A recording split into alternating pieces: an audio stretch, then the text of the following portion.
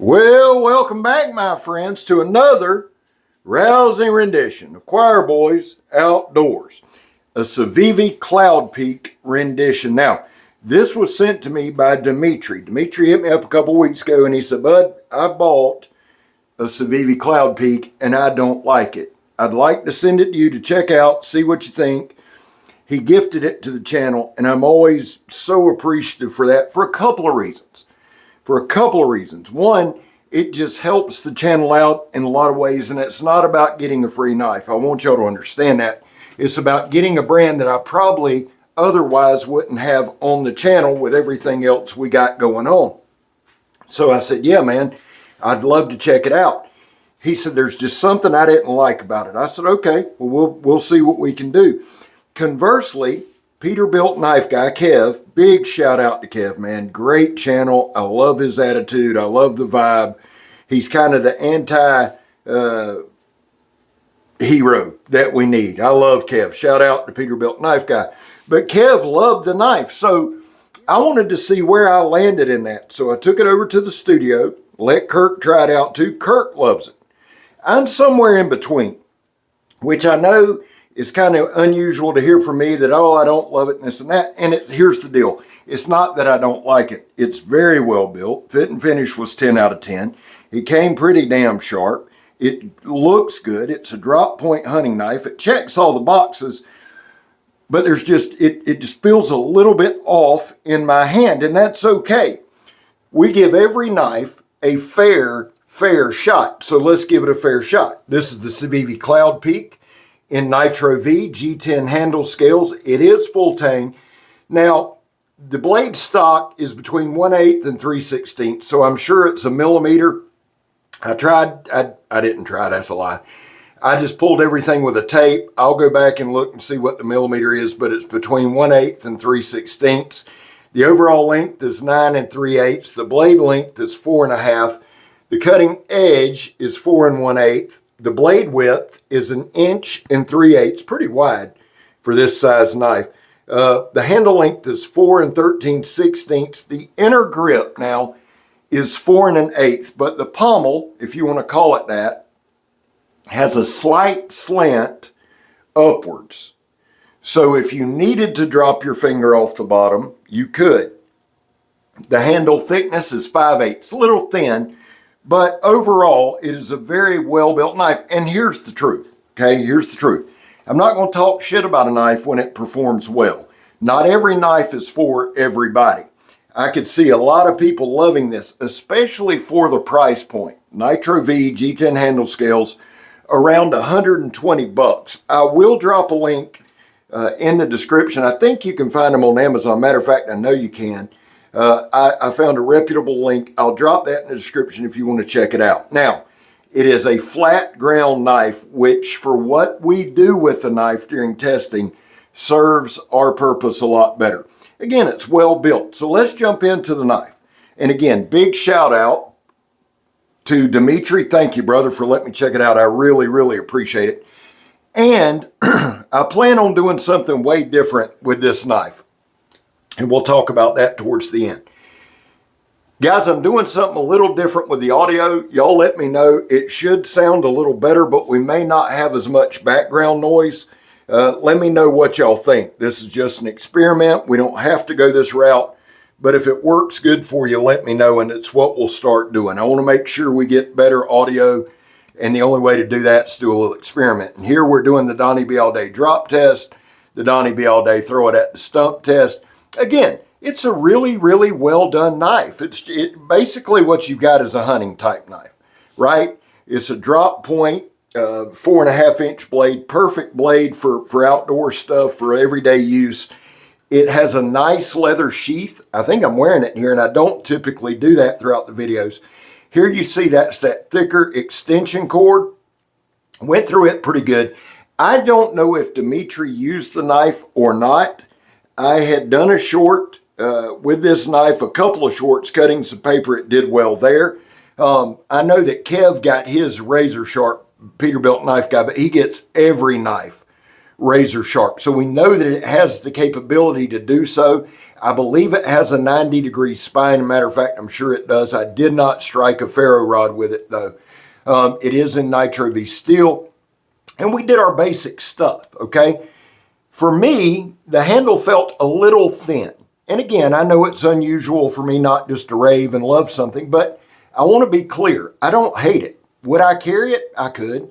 I could carry it. I could go camping with it. I could go kayaking with it and have no problem. But it doesn't just, it's not that, warm the cockles of your heart type thing for me.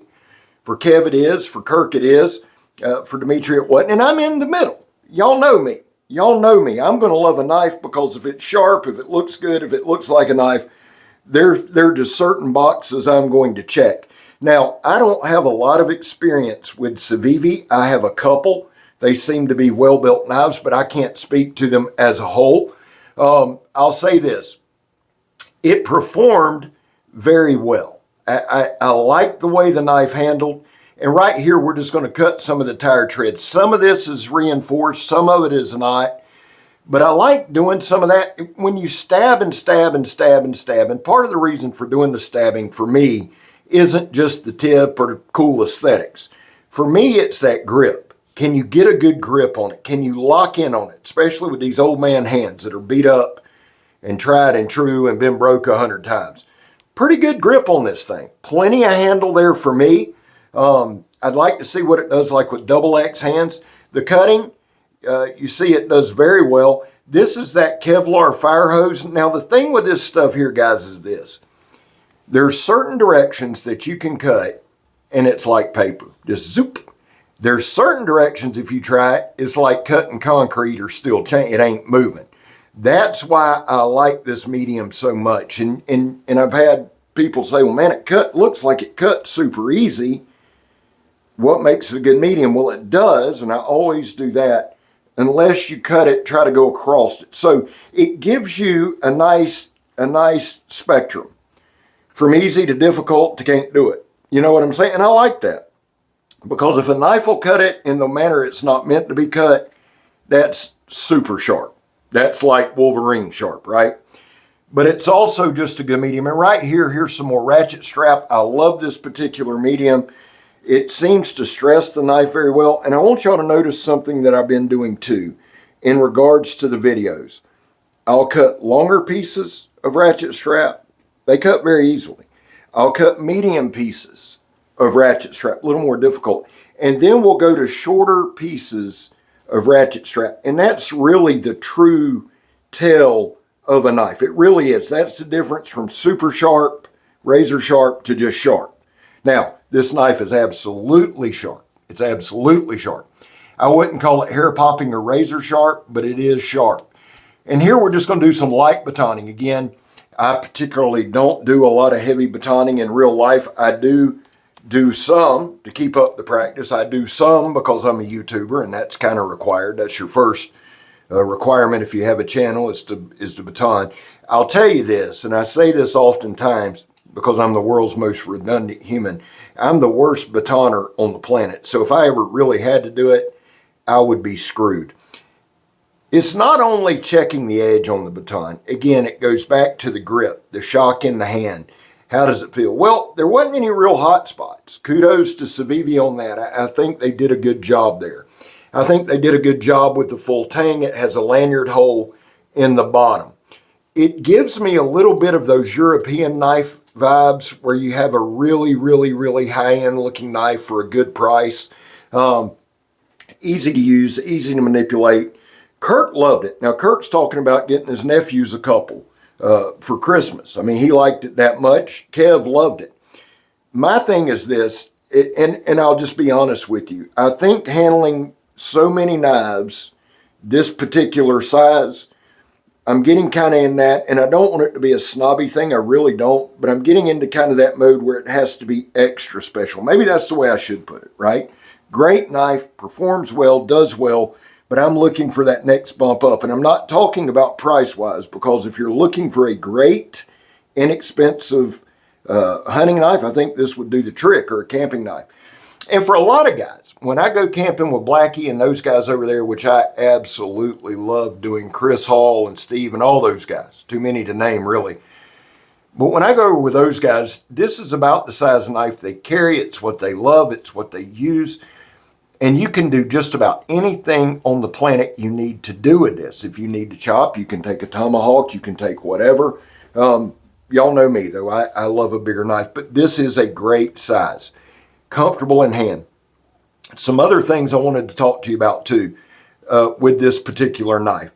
I thought that they did a great job with the sheath. Y'all have noticed with me, sheaths are just not that big a deal. I actually carry a knife a lot of times in a more traditional, if I have it in Kydex, which I know isn't traditional, but what I'm saying is I slide it between my belt and my pants. It's just typically the way I carry it. They did a great job with a small, well done leather sheath that has a snap. It sits high on my belt, which I like because I've got T-Rex arms. It's comfortable. It's lightweight. That's the other thing. Now, I didn't get a weight on this, but if you check the link, even if you check the Amazon link just to get some more specs, it'll tell you the knife weight, and I appreciate if somebody finds out the knife weight, or Kev, if you know the weight, put it on there for me.